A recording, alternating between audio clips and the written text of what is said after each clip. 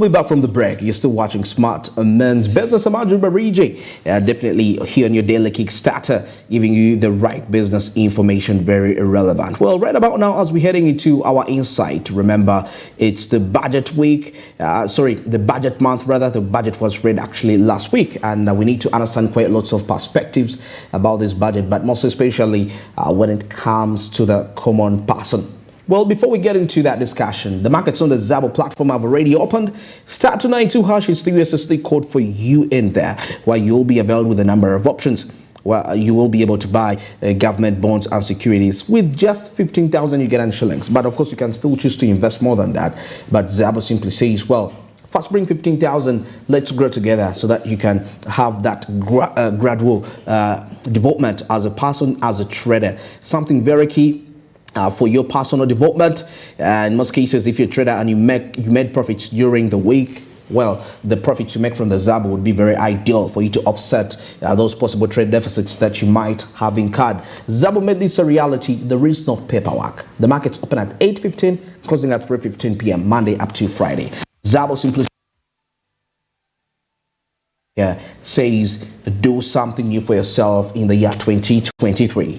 Well, now right about now, as we get into our discussions in relation to the budget, we are doing what we call the post-budget analysis. And now this morning, I'm joined with Inebiona Mitchell. This is a public policy analyst, as we're going to be breaking down this budget. And I believe by the time we're done here, you'll have gotten something very insightful in matters to the 2023-2024 budget. Good morning, I'm Mitchell. Happy to have you here, and I hope you're having a great morning. Good morning, Barije, and good morning, viewers. My name is Mitchell Inebiona, and I work as a public analyst. More specifically as a public specialist in child investments, children investments with Save the Children International. And Save the Children has been doing work in Uganda since about 1959, over to close to 60 years, trying to do work around advancing child rights and child governance, to try and see that we have long-lasting impact of children within society, and the children at the forefront of this discussion. Any society that has grown has been on the basis of children and how they are managed. Yes. Okay, absolutely. Very, very true. Okay, now as we head to the budget, I believe a Ugandan out there would want to know how the budget process has been. I mean, we saw quite a number of figures in there, this sector attributed to this. Paint for us a picture. We want to know from the general perspective, how has this been, and how have these figures been able to be reached up to, and why specifically those amounts of figures have been put in there? How has it been like in the process? Okay, thank you very much. It has been a very interactive process, actually. In the region, Uganda has tried to make some strides in improving its budget transparency. This is the information that is available to citizens to be a part of the discussion. By around December of a given financial year, we usually have estimates of the next year's budget out. We usually have an idea of what it will look like. What human capital development, what education will have, what health will have, what we are going to have maybe even in the tourism. We usually start around that point. So the budget process usually begins around October there with local government budget consultations, where the Ministry of Finance goes to all regions of the country and does extensive consultations on what the needs are of the people. And in there, they come and consolidate all these findings and put them in what they call a National Budget Framework paper. Now this consolidates and gives the indication of where the budget is going to go in the medium to long term. Here is where we first see, around after Christmas, when the MPs have gone on recess, is where we first get an understanding. So civil society and other actors are called upon to scrutinize and realign government in line with what the citizens would want. The different actors, as a Save the Children, we are keen on seeing the children's interventions highlighted in there. We are keen on seeing the youth represented, the women, the girls and boys, all represented in here. Then around April, these are taken to Parliament for approval, and what they call approved estimates come out around April, May there. You know, and in here it's something close to more final.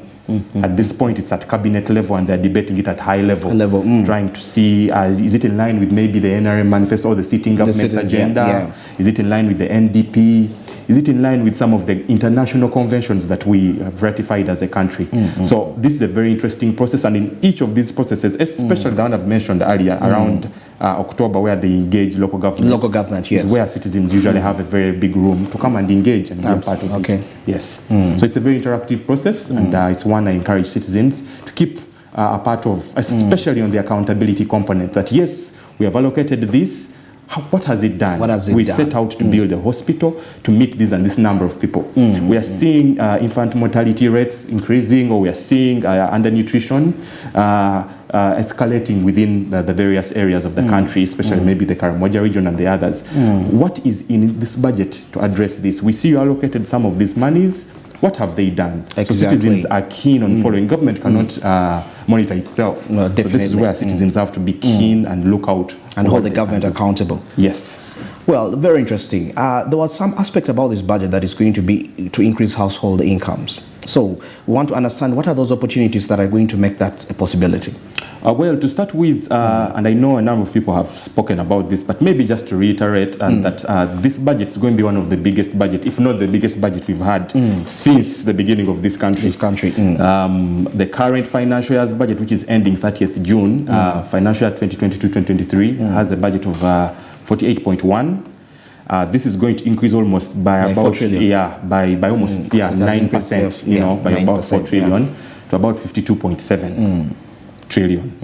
And that's a significant increase. I think it is okay, but it's a lot. So it's something that, is it worth celebrating that a budget has increased? To 52 points. Yes, in a home when the budget increases, or if maybe you're preparing a wedding and your budget increases, it's something to celebrate about. Usually for the people who actually look for the money, it's an area of concern.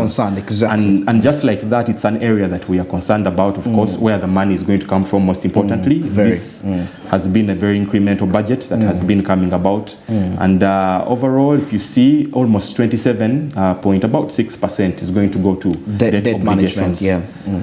You know, and then just 23% is going to be left to what we would call discretionary expenditure that you and I will have to benefit from in regarding health, regarding maybe nutrition, education, and even the roads that we are seeing being discussed, you know.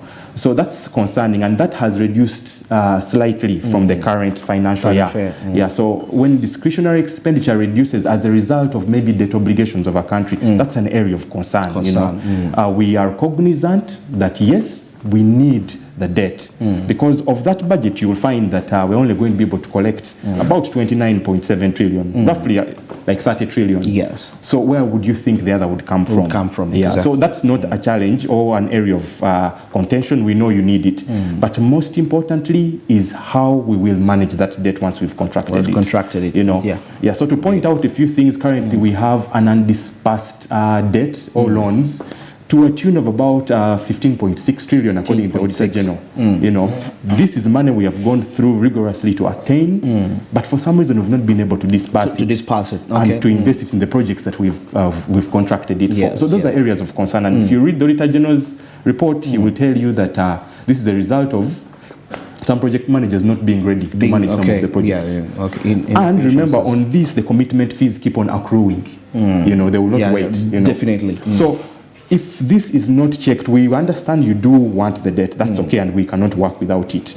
But gradually, it's good that we put it to use. And if you see one of the broad objectives of this budget, one of the things that they have put, it's a very good budget, by the way, is to try and see how they will enhance government efficiency and effectiveness. That's a very important bit. That, for example, in education, you've set out to maybe reduce the mortality rate within maybe those children under 5. You know, and you have invested money that will see to those outcomes actually improving. Not increasing. If you want to reduce maybe the teacher-people ratio, you know that the teacher at least is supposed to teach maybe, let's say, 50 students. That is one that is supposed to be addressed by the budget. If you put in an amount to hire teachers, try and cover the staff recruitment costs and all. So those are the efficiency discussions that we would want, that even if we borrow this money, if it's put to good, productive use, we are bound to get and gain from it. The other bit is, of course, strengthening the revenue. URA has been one of the best performers, much as it's receiving a lot of public scrutiny. URA has been performing above 95% on all the targets that are set. This financial year, they have a target of about 25 trillion. They're just shy of They've been having $500 billion almost. They've been having imagine. surpluses. Yes, during COVID, they were able to hit the target. Yeah. You know, so in terms of that, yes, the president is not very happy about their target. He feels it's low. So they should set it up.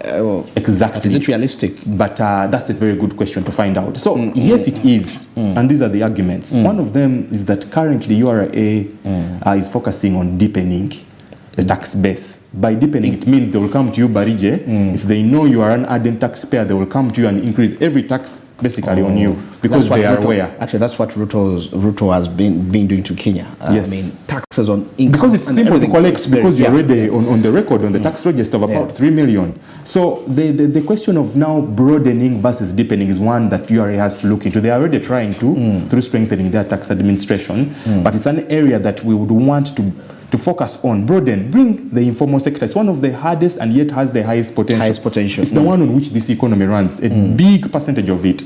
So it's a way of how do we bring that informal sector into this tax bracket. Exactly. And this budget has that overall intent to see that they bring the 39% in the informal and bring them at least where they can tax them.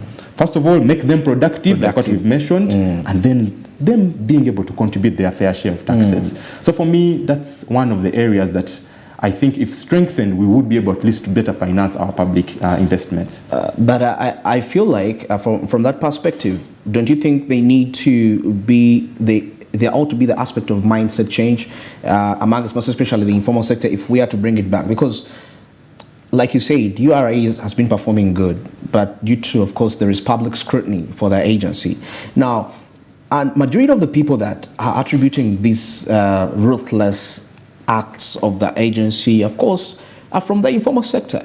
So I'm trying to understand how, if they say that they want to deepen the tax base, because we know Ugandans are very good at evading taxes. All human beings.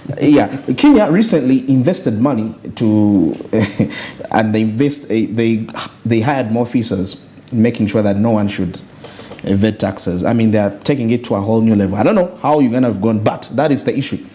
We evade taxes on a large scale, and I think that is as a result of a mindset, most especially from the informal sector. Do you really think, with the current expectations and what the public feels, what should that body now do to attract that revenue? Because you are widening the base, but remember, this base is not a non-living thing. They are living people. They understand. They have consciousness. So that is all they are battling with to make it a reality, to convince them to pay these taxes. That's a very interesting concern, and we've seen it a lot. We've engaged URA, and we've seen some of these concerns that they raise. But of course, their biggest hurdle is tax literacy. Tax literacy. And a number of people, and sadly, I'll also admit even some policymakers, I'll not mention names, but I've interacted with the policymaker recently who wasn't aware of, let's say, the rental tax. He has rentals, but he doesn't know how much he ought to contribute. This is a policymaker. A representative of the people. Now imagine if the representative of that constituency doesn't have so much, and it's not that URA is not putting it out there. URA has really tried. They have a whole TV that they sit the whole day educating Ugandans and breaking down things. But it's an effort that I think needs to be enhanced strongly, more deliberately. They have done a number of campaigns, but I think tax literacy has to be strong on that. And then the most important thing is highlighting the value for money, and that's the question a number of Ugandans ask. Countries like the Norway and the Schengen countries, which have a very high standard of living, one of the reasons why they are quite compliant is because they actually see the value of the taxes. They pay they see the taxes they pay. Yes, they see the value. If he's driving his car on a pothole road and just one pothole hits him, he can sue the government and even win. Okay? There's that obligation, there's that social contract that government owed to pay you back. Yes, you have paid, you've been a very good citizen and you've remitted your taxes. But there's that outcome and payment that any individual feels. If you've maybe gone and sent your children to school, that the teacher has come and has actually taught, that the child has had where to sit, that they have been teaching materials, These are all small things. You've gone to a health center, you have a sick child maybe, and you've found a health worker there, and they have actually attended to you. You've not had to pay for gloves, you've not had to pay for any medication. Any medication, So those are values that when people continually see and them knowing that, oh, this is as a result of my taxes. Yes, I think I ought to contribute more. And then the other thing is, of course, there are some people who naturally would not want, and the PSST was calling them godfathers in tax. Godfathers in tax. That you have come to, URA has come to your door because you have influence. You run to the president to protect you. Not to pay the taxes. A number of people. You have this and so much wealth, but you're not declaring and the like. So there are those malicious people, individuals that will just not comply with taxes. But overall, the tax literacy question has to come out strongly. Let people see why and what type of taxes, how they need to pay. URA has really simplified on how someone can get a TIN. There is, even without a smartphone, they have really tried to do. But nevertheless, this has to continually be done rigorously, even at sub-national level. Leave the national level. Bring it to the, and this is where civil society comes in. Train them more, partner with them. Let us go out and make the noise of why we need to pay our taxes and the value that we get out of paying them. Wow, very interesting. We have about 2 minutes here, but I wanted us to use those 2 minutes as we talk about how Ugandans can best position themselves to partake of the opportunities that this budget has availed. Okay, this budget has a number of opportunities, but of course some of them you will not see them outrightly from the budget speech as such, but some are quite elaborate as well. Yes. Key among them, the biggest elephant in the room is the parish development model. Exactly. Almost about 1.1 trillion is going to be allocated to the parish development model, and this simply is a government strategy of trying to bring the 39% in the formal economy where they can contribute their fair share of taxes. Okay, so that's a good move. The argument has been that your age just comes to someone, you've not fed the cow, you're taking it on market day. Exactly. Come, feed the cow, take it on market day, and it's a very luscious one, and you'll get more dividends. So what government has done has listened. So they have looked at how they will invest in the population, especially that the urban poor and maybe the rural population, to try and see how they can come in the money economy to contribute their fair of taxes. There's also increment in promotion of tourism. Uganda is very, very, very blessed to be one of the best tourist destinations by a number. So the Ministry of Finance has been very keen to invest in tourism promotion. There's a very interesting bill, about 200 billion in tourism promotion. There's money for youth skilling as well. It's a very interesting amount, close to almost 90 billion as well. So it's an area that if someone would be keen and look through some of these opportunities that they can be a part of and take on. Women have money in here as well. The politicians have also been able to get some money in here as well. So at least everyone has a fair share of tax and money, just that you have to understand where it is and how to align for it. Yes. Quite a very important point in here to understand the opportunities and how best you can position yourself. Remember, it's the post-budget analysis as we are breaking it down, most especially for the common person, at least to have a sense of understanding despite the complexities which are involved, of course, on the day that the budget is read, and people don't really get to relate to some of these figures. My guest this morning is Mitchell Ainebiona. He's a public policy analyst. But for now, I'm going to get into a break. We're getting into a break, and we shall be returning, of course, for the last 30 minutes still as we dissecting these matters in here. But don't forget the markets on the Zabo platform, which have already opened. *292# is the USSD code for you in there, while you will be available with a number of options. You will be able to buy the government bonds and securities for as little as 15,000 Ugandan shillings. Now, the markets open at 8:15 a.m.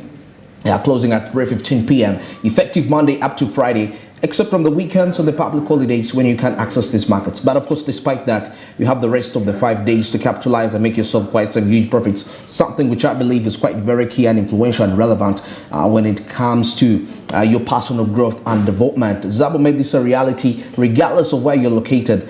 Government bonds and securities is something that is not a dream any longer. It's a reality regardless whether you have a smartphone or a button phone. With Zabo, you can simply trade in here. Zabo simply says, my money, my future. And Outex East Africa tells us, do something new in the year 2023.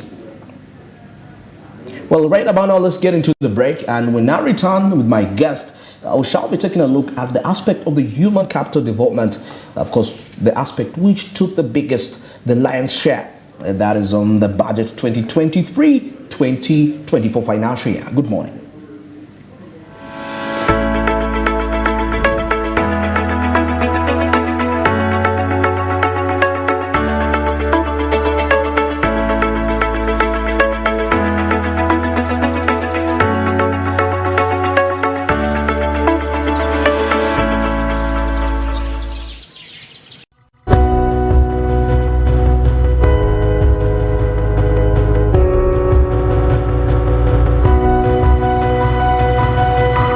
Smart 24, driving business. It's our mission to secure your money. Protecting your money is as important as earning it. It is for this reason that the Deposit Protection Fund of Uganda, DPF, was established by the government of Uganda to provide deposit protection to customers of regulated financial institutions. In the unlikely event that your commercial bank, credit institution, or microfinance deposit-taking institution fails, the DPF will pay you up to 10 million Uganda shillings. Keep your personal information such as national identification number, mobile phone, or an alternative bank account updated with your banker. Terms and conditions apply. For more information, contact DPF at Aha Towers, Plot 7 Lodell Road, Kampala. Call 0312-206-400 or visit our website at www.dpf.or.ug. We are the DPF. We protect your money. Protection Fund of Uganda.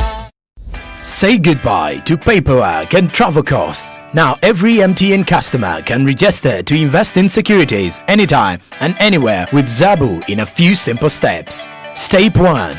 Dial *292#. Step 2. Select option 1. Register with Zabu. Step 3. Enter your full names. Step 4. Enter your national identification number. Step 5. Enter your national identification card number. In 24 hours, you will receive an SMS confirming your registration. Congratulations, you are now ready to invest.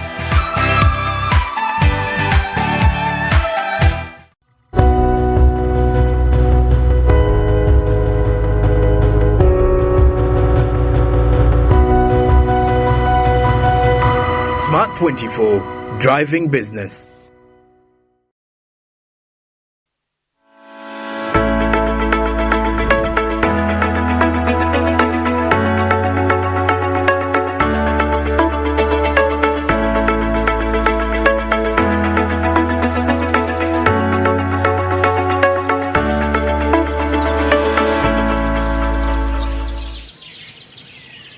We'll be back from the break. It's 30 minutes to the top of the hour. Definitely, we're heading towards the last minutes of the show, having quite very interesting discussions in relation, that is, to the budget, financial year 2023-2024. Like I told you, my guest this morning is Micho Ainebiona. He's a public policy analyst, as he's been breaking down these matters in the first half. Now, as we're heading into the final half, we wanted to largely focus it on the human capital development.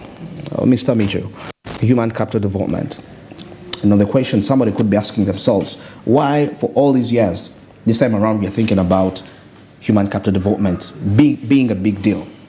Andrew, no one or no economy on this earth has developed without its human capital. Human capital. You can invest in your oil, invest in your roads, invest in all that, but without intentional investments in developing your human capital, you will not see so many gains, especially sustained gains in the long run. So the economies in the world that have really stood have done this over the years. The US, which is the strongest economy, South Korea, Japan, Germany, very strong economy. Within Europe and within Africa, you know.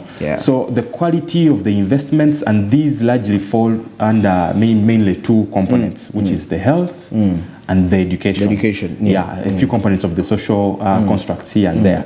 So as a country, we've realized that, and remember, currently we operate a program-based budget, which succeeded what they call the sector-based budget, whereby different sectors were sitting by themselves and doing their things. Education would sit by themselves and do their own things. So as the government thought it wise to bring all these together that contribute to particular outcomes. If you're contributing to improved health outcomes, for example, health has a role to play, yes. Education also has a role to play in that.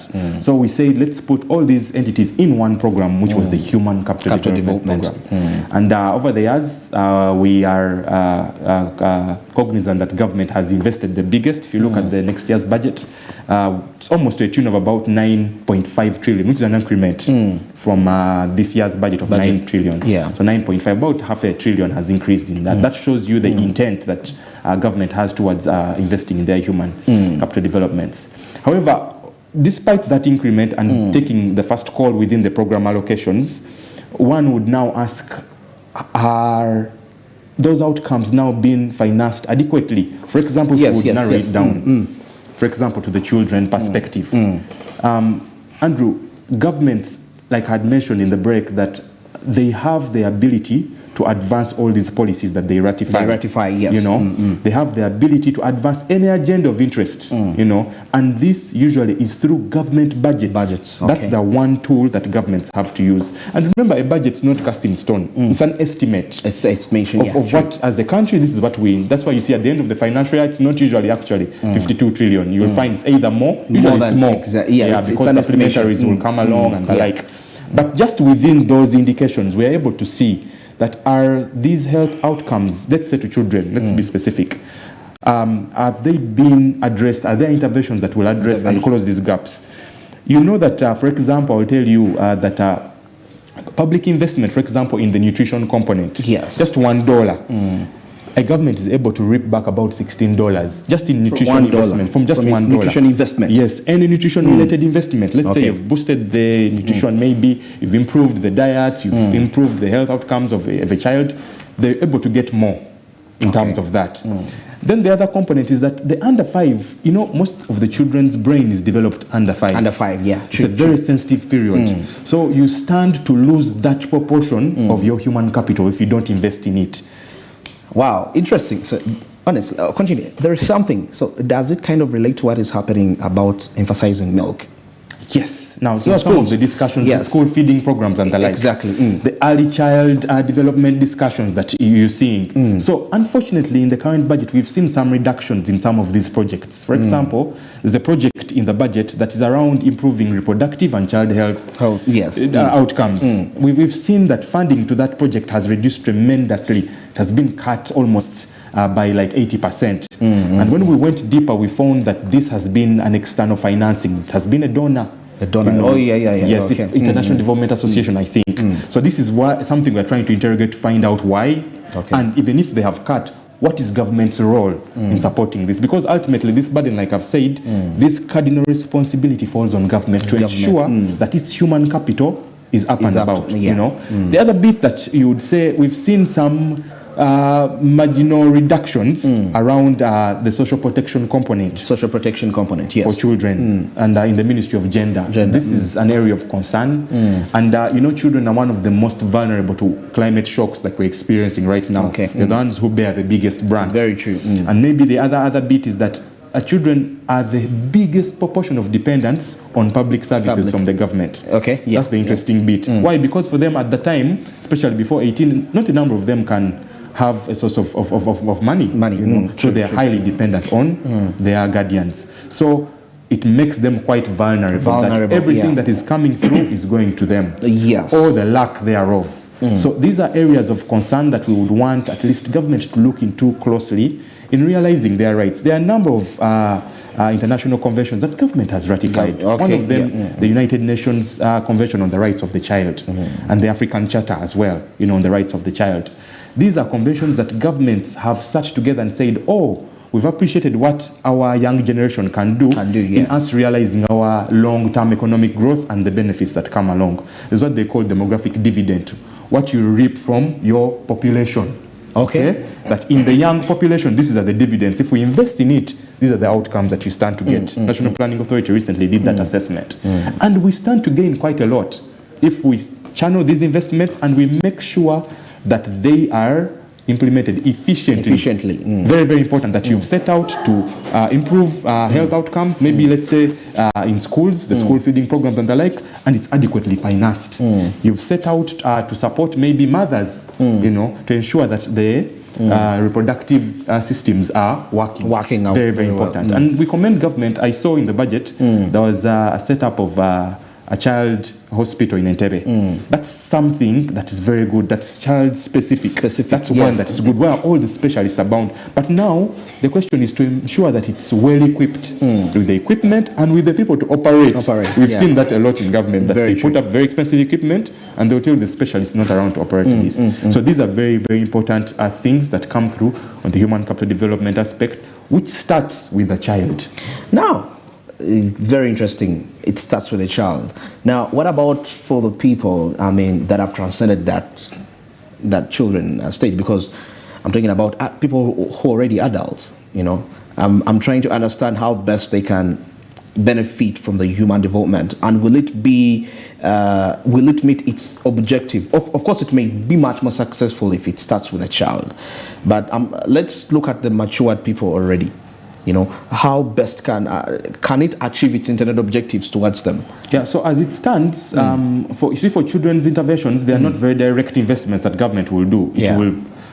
Children stand to gain when investments are done adequately within health, within education, within the social protection system. So for the other bracket of, let's say, 18 to 30, that's the youth. Government has also been a bit deliberate to try and put the skilling program, as mentioned, almost close to about 60 billion for the youth, you know. So that is one that's to help address the unemployment gap, who mostly are youth, by the way. Sadly, yeah, very true. You know? So you want them as productive as possible for you to be able to gain the benefits that come through. Why we emphasize on the children is because those formative years affect the outcomes here. If they don't get good education, they will not be employable. Exactly. If they don't learn innovation, it will be hard for them to create the jobs that we're talking about here. Hence, the discussion around maybe the science subjects that the president has realized now, you know, but it's something that is supposed to be done more intentionally and follow through to make sure that it's meaningful. Okay, that they're at the forefront of these debates, that they come maybe to parliament, they come in the communities, you give them platforms. This is what they are seeing, and this is what is coming through. And that's where now civil society comes in strongly. Government only has so much resources to support citizen participation. Now, organizations like Save the Children and the partners will come on board, and we will train individuals on what their cardinal rights are around this discussion. What do you stand to gain as a citizen? Is it something that you do with your MP and send them and close, thinking that services will reach? It's that continued follow-up and giving monitoring reports of, yes, we monitored this school in this quarter, this is what we are seeing. Okay? So that as the feedback comes, and the Ministry of Finance has been keen on this feedback, thankfully. They are keen, before they release funds, they will give platforms to civil society to come and air out what they are seeing. We've released this money. How is it performing? You set out to improve this road, which is an access to help maybe mothers go and deliver quite well. This is what it's doing. Oh, these are the gaps they are in. So those are very important discussions that civil society has to be brought to the fore in this discussion. Okay. Yes. Very interesting aspect in here. We are looking at human capital development. You looked at it from the aspects of health, education, and social protection related programs. But now, coming down to the education, of course, we've seen the new curriculum, which, you know, was put in here, which I believe is also a key instrument when it comes to, you know, the human capital development. But the challenges we've attained is that some schools feel like they are not ready for this. Don't you think that's sort of a hindrance to that program? Yet I believe with the transformation of the current education sector that we had, would have achieved a certain step towards human capital development in a space of 5 years from now. Yes, you've rightly noted that, and this is an area that we had raised at the National Budget Framework policy level in January. As civil society, we usually meet every year and try and scrutinize this budget in the different areas of interest. Education was among them, and one of the issues that we engaged the Committee of Education on was that, and actually the National Curriculum Development Center. And one of the things that we saw, its budget was almost cut significantly. And yet they are rolling out a new curriculum. That was an area of concern. We've also noted concern with the number of teachers who haven't yet mastered it. There's still some gaps. The children and the students that we've interfaced with tell us that some of the teachers don't understand some of the new curriculum modules. And that's concerning for us. That only goes to show us that let's slow down in rolling it out. Let the teachers who are supposed to pass this on learn and master it. In other words, put in some money. Government usually calls it retooling. And most of the retooling budget, this is money that helps government entities work, buy computers and the like, trainings and the like. At least leave the component of retooling the teachers to be able to learn and pass on this knowledge. And finance adequately the National Curriculum Development Center. We saw the committee had recommended and had taken on our recommendation to improve the financing for the NCDC. And it's something that we would want to strengthen, to have at least the teachers well-equipped, most importantly, yes. you know, so that they can pass on this knowledge. A teacher who's disgruntled, Barija, is one that you don't want your child to go under. Definitely. You know? I mean, the outcomes of that, you know, we are a result of some of the teachers that taught us really well and they were motivated. It's only fair that at least as with the little remuneration they are getting, at least they are well equipped to educate our children. Okay, very interesting. Now, still in relation to human capital development, I saw in the budget one of the least allocated areas was mindset change. Look at it. I don't remember the actual figure, but I feel like it was about 30 billion. 30 billion. You know, yet mindset change in accompaniment with human capital development, like you said in the introduction, all economies survive on that. But I feel like mindset change is like the primary aspect, and we head to human capital development, but it's been lowered so down. I don't know what's your take on that. And that's well observed, and that was one of our initial concerns when it came through. Mindset change, that program had usually been having a component of about 70 to 80 billion. Come January in this NBFP, we saw it cut almost 80%. Because as it stands currently, it's around 30 billion. From around 76 billion, it's now 30 billion.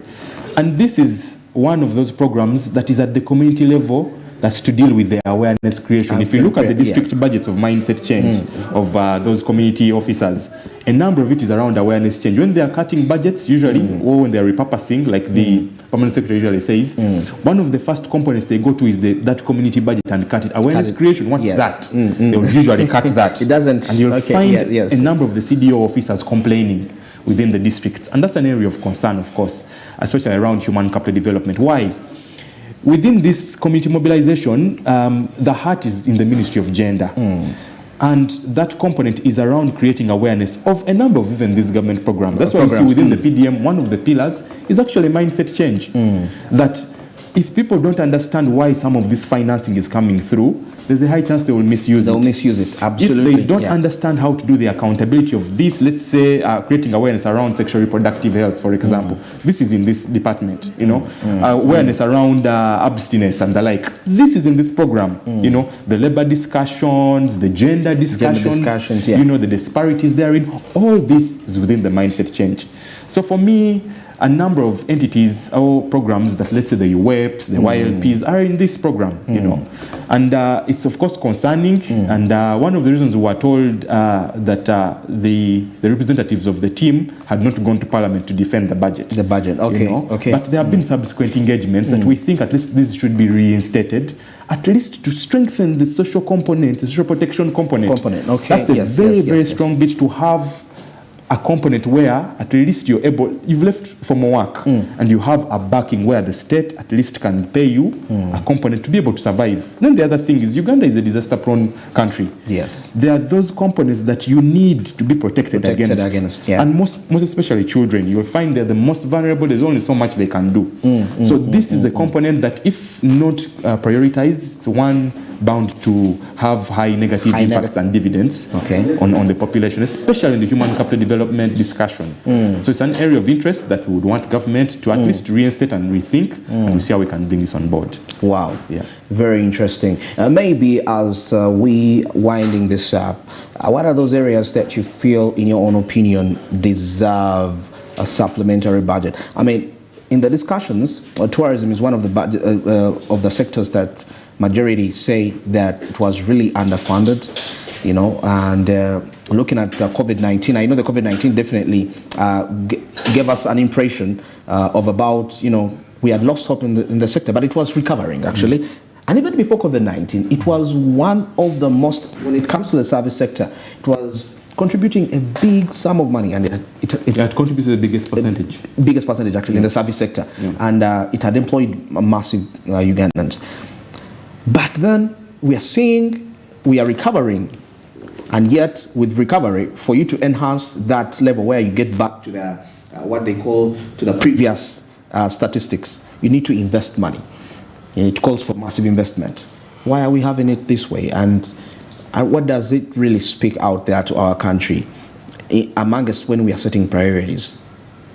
Of course, prioritization, like I've said, is one of the most important things. And whenever you're scrutinizing the budget, it's important to start from the broad objectives. The broad objectives. Those usually guide what's likely to be in the budget. They have a very, very nice theme, full monetization of the economy, and even they explain through what elements: agro-industrialization, commercialization, and digital transformation, and the like. So when you're scrutinizing the budget, those are areas that you're keen on looking at. And I pointed out one of the broad objectives that interested me. To try and see that this budget achieves the efficiency and the effectiveness in the service delivery. That yes, you've put 9.5 trillion in human capital development, but has it been effective and efficient? Exactly. You know? So for me, those are areas of interest that government should be interested in. If you're going to get the loans, it's okay, but put it to productive use. Let's be ready for this that we're going to. So at the end of the day, it's the same loans that we're going to use to pay. True. It's risky for when our revenue, which sadly it does, takes the first call on the budget, paying the debt, So in maybe in my parting shots, if I may, it's one of those things that I think is very important, that any state, there's no state that has developed without investing in human capital. Yeah. And at the base of this is children.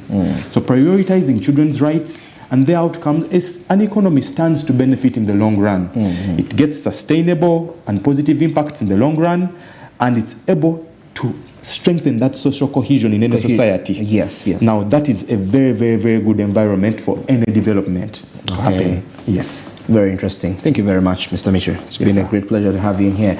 And yes, the discussion, of course, is in relation to the post-budget, looking at the different sectors. And in this last half, we had specialized mainly onto the human capital development aspect, which is which program actually took the biggest percentage, the lion's share, the national budget financial 2023-2024. I don't know what your opinions are, but of course, above all, you can always hit us up on our Twitter handles at Smart24TV and Smart24TV official. That's on Facebook for any further related discussions, and channel 372 on DSTV and channel 320 on GOTV. And you can also stream live on Smart24. That's at Smart24 TV Live. That's on YouTube, where you'll be able to get us at all parts of the country that you will be as. And also something interesting, you can download our application, the Smart Digital, where you'll be able to get all programs, live programming 24/7. We are streaming on this application, the Smart Digital. Download the app on your Play Store, and you'll be able to get the right information. Well, you may not be, you could be coming from work and you're caught up a little bit. Download the application. You'll be able to get this required information from Smart 24 TV. Of course, it's been a pleasure for all the way we started from with the news recap coming in down all here as we drive your business. Very grateful for that. And also don't forget at smart24.tv on our official website. In there you will be able to get deeper details regarding the different matters, different business related articles if you need an in-depth understanding of certain topics which might be a little bit challenging if you get them just from the narrow perspective. Well, till tomorrow, I've been Andrew Barije this morning, and maybe just to leave you with a tip for the day as an entrepreneur, as a business person, or as somebody into a career and you're aspiring to be an entrepreneur, never forget that first treat your business as a job before you treat it as a business. In that way, well, everything will be very efficient. Till tomorrow, very good morning.